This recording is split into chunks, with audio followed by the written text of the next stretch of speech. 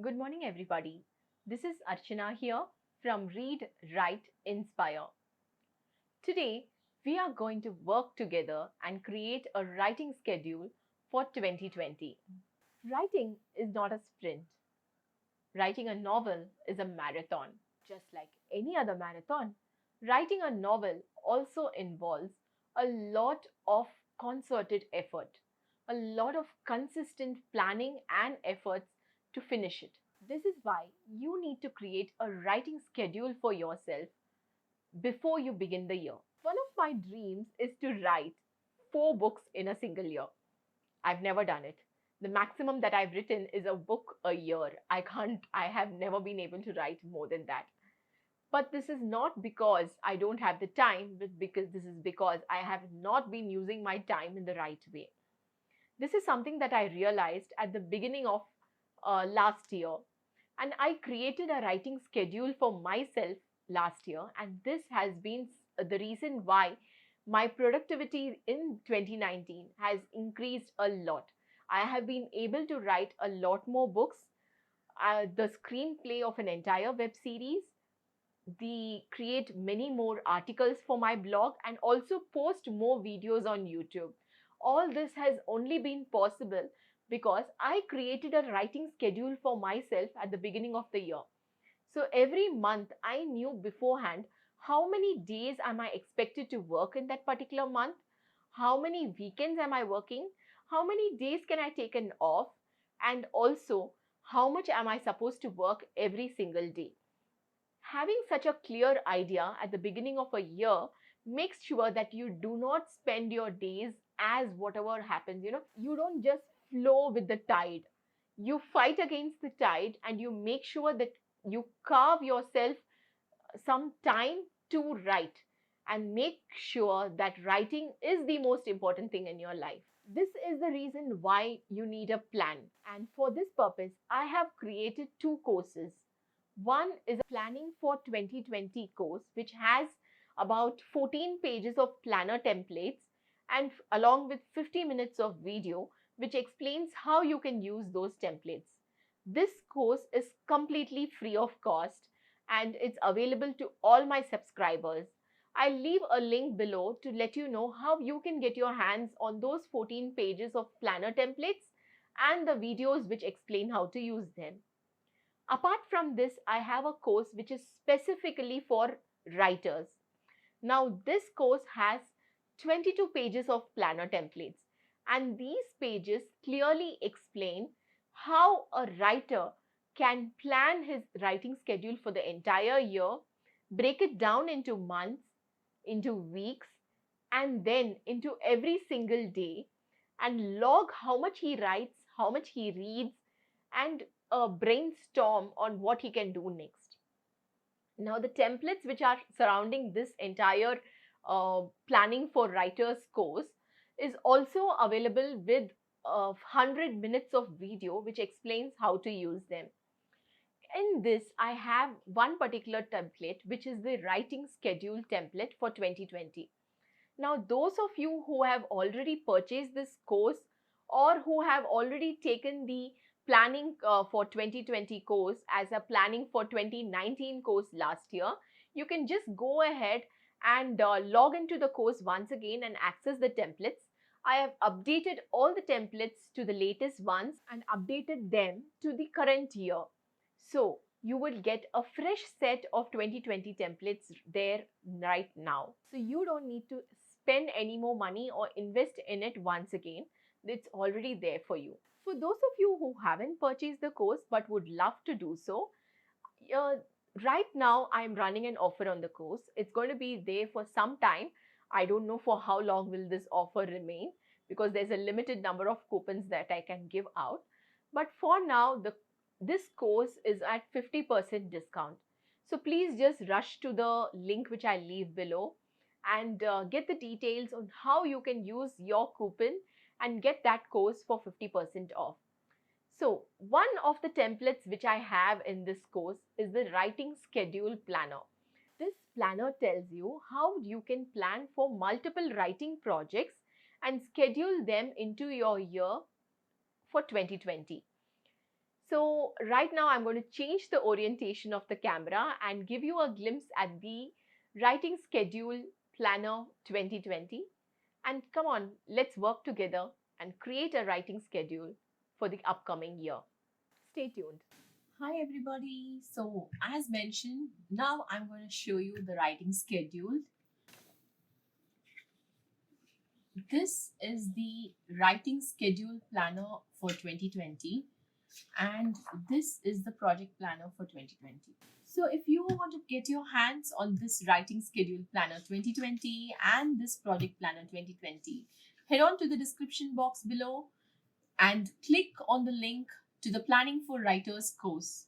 This course contains 22 plus these 2 pages, so about 24 pages of planner templates, along with about 100 minutes of video explaining how to use these various templates in the best possible manner. So now, without further ado, I'm going to work on my writing schedule planner of 2020. Let me show you how I do it.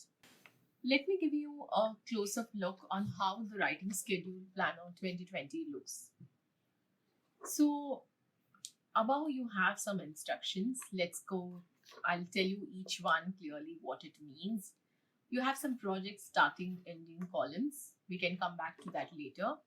And then you have the entire calendar of 2020. Now, some of you have already bought this course and already have these templates for 2019. So you do not need to buy the course again. You can still log on to the course. It has been updated with the 2020 planner and the 2020 project planner. So without fail, just go log on and download your copy for the current year. You don't need to pay anything for this once again. And yes, those of you who are buying it this year, remember you're going to get access to this all through your life. So for every year, as I make my writing schedule, I am going to keep updating this and you will have access to the same.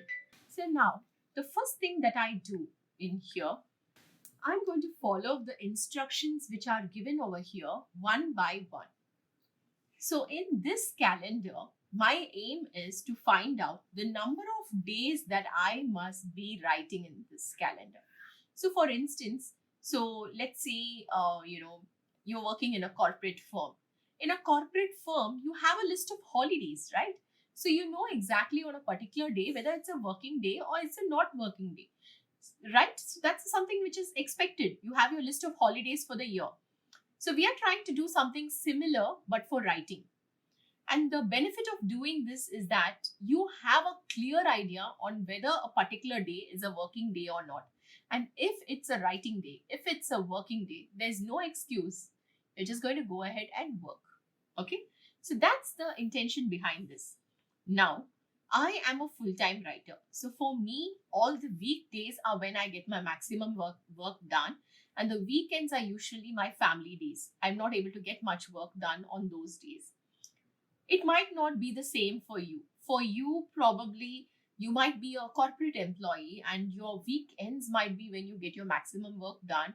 And whenever you have a holiday in your office, those might be your very good writing days. So you have to tune this based on what is the necessity for you. So for me, I'm going to work based on what it is for me. So for me, all the calendar holidays, now I'm going to go as per what the schedule which is given over here. So first I'm going to choose calendar holidays. Which are the days which are calendar holidays?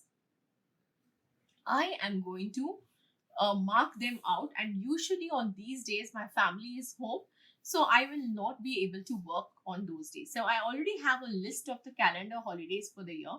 I am going to go ahead and mark those days off from my calendar.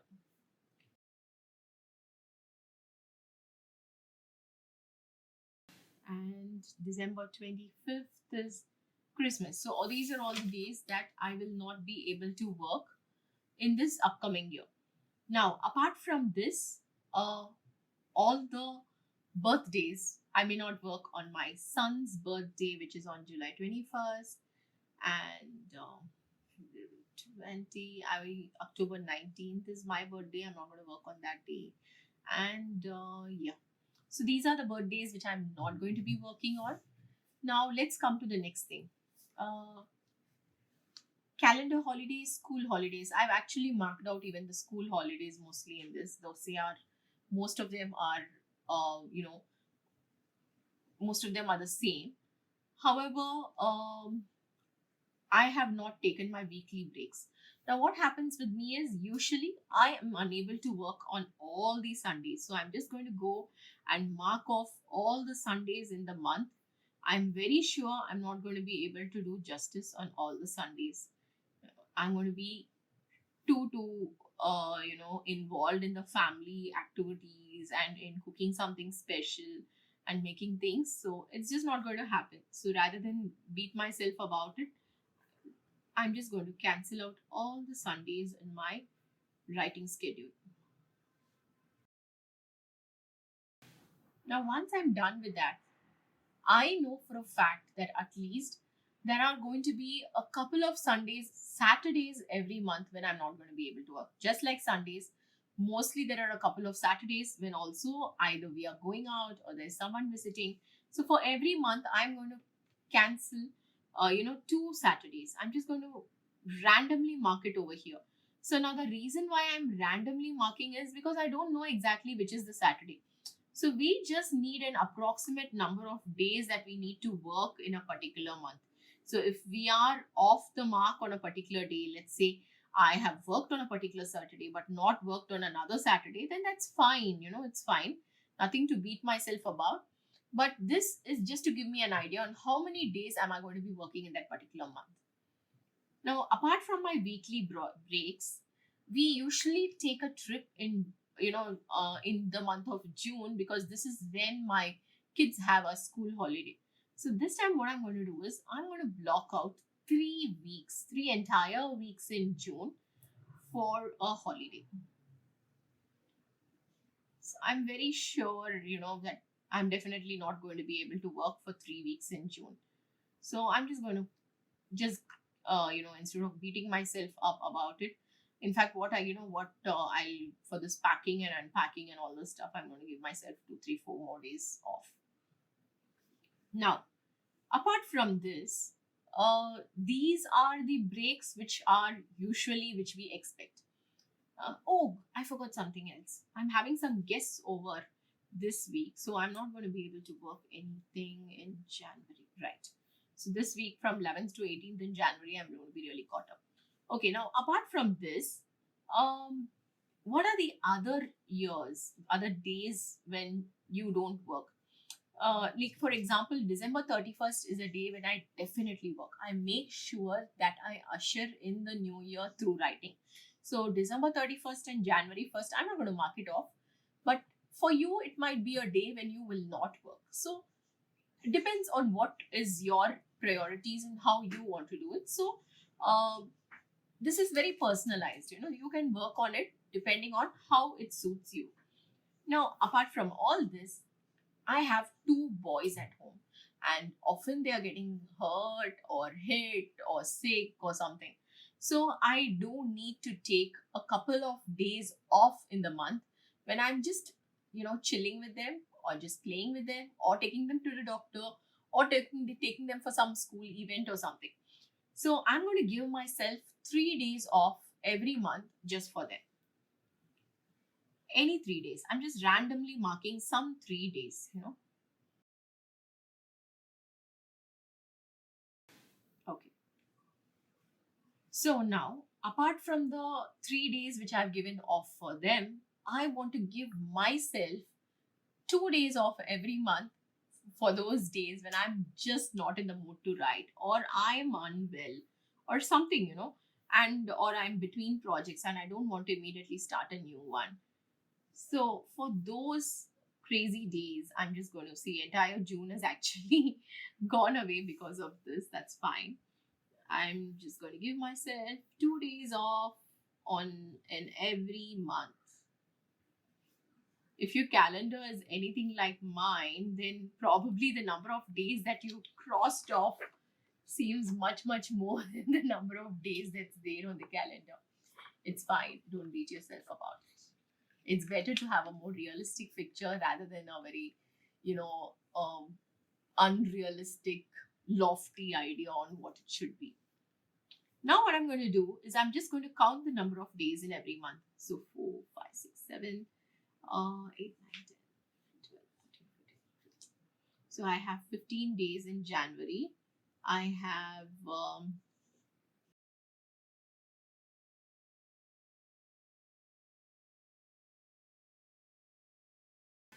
19 days in December.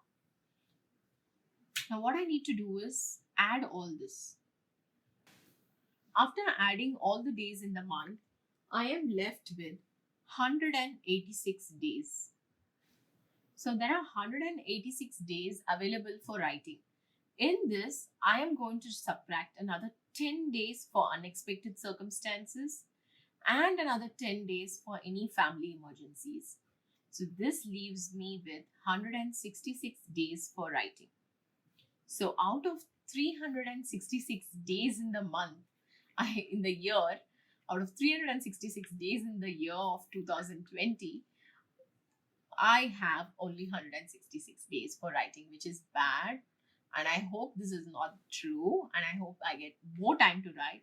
However, this seems a more realistic picture. Now, if I do end up writing for 200 days, that's a bonus. But if I do end up only writing for 166 days, and even if I write just 1,000 words in each of these 166 days, I would have written 166,000 words. Now that's amazing. I'm more than happy to have just done that. It's fine. Now this is the Project Planner 2020. This is how it looks. It divides a project into the various, parts that are in it, like plotting, characterization, first draft, rewrite, self-edit, beta reading, book proposal, pitch, edit, proofread. So these are the various components in any project, in any writing project. So what we are going to do is we are going to decide which are the projects we want to work on for the upcoming year. So now I am just going to use some acronyms, because as I told you, I don't like to talk about my projects before they are actually in hand. So I'm going to just call my first project as ABC. So ABC is this children's book, and I have already written some amount of it. I have another 30,000 words to write, and it's actually has still some more plotting to go. So I would say that it needs about another 10 days of plotting to go. Characterization, there's not really much over there. I've already done the work over there. And I might need another 10 more days for the first draft and another 5 days for the rewrite. And the self edit might probably take another 5 days. I don't need to create a beta read or book proposal, pitch, and all these things are not going to be there. I'll probably put in another 5 more days for proofreading it. So now this entire project is going to take me 35 days. So how many days for ABC? 35 days. Now this is probably because I've already written about more than half the word count in this, which is why it's this less. Otherwise, it would usually take me more time. Now let's say the next project, I'm going to call it as SD.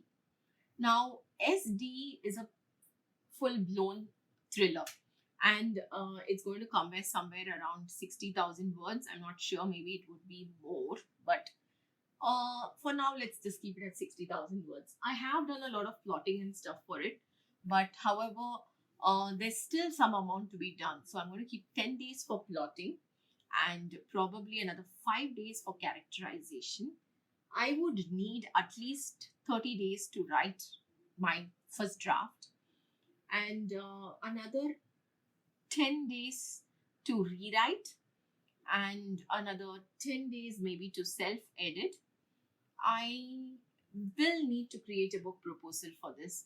So I'm going to give myself 3 days for creating a book proposal, and another 5 days for proofreading, and maybe 2 days for pitching, just sending it out, my pitch to everywhere. So how much does that come to? 30, 30, 60, 75 days. So approximately I would need 75 days for this project. So that's about 2.5 months. Yeah, since I already have the story in my head, I think I can do it in 2.5 months. Not bad. Now, for my next project, which is XYZ, which is also another children's book, I think that would be somewhere around 40,000 words. Maybe, yeah. So, for this book, which is XYZ, which is the third project, I think I will need 20 days for plotting, 5 days for characterization, another 30 days to write, and maybe 10 days to rewrite, and 10 days to edit, and proofreading will be another 5 days, I guess. So 50, 60, 70, and another 80 days. See, if you're wondering why this is taking much more time than this, because I have already done some amount of plotting in my second project. However, in my third project, though the word count is less, it's something which I'm going to be starting afresh, and it involves a lot of research. So obviously that's how it is. So now let me first see if I can fit in these 3 projects into my thing, because I have this feeling that I've already reached my 166 words, but let me see, 166 days. So if I'm going to add these both, it's going to be 190 days. So it's nearly 190 days. So I may not be able to take more projects. I won't be able to take anything more than these 3 projects for the upcoming year, which is fine. I'm okay about it. This is going to be I'm going to be juggling many things this year. So I'm fine with this. I'm okay about being able to write only these 3. In fact, I may not be able to finish the third one. I would be somewhere halfway through when I start the next year. And I'm happy about it. I'm okay about it. But I should be able to definitely finish these 2. So this is going to be my aim for 2020. So after going through the writing schedule planner 2020 and project planner 2020, you might have got an idea on what is the purpose behind this whole exercise and how this is going to help you. I don't think I need to deliberate more about this here. I'll leave a link below on how important a writing schedule planner can be, how creating a writing schedule in 2019 literally tripled my writing productivity. I'll leave a link to that video too below. So take care. I hope you enjoyed this video. Please click like below if you liked this video. Subscribe to the channel and tap the bell button if you want to be notified every time I post a new video. Thank you. Bye bye.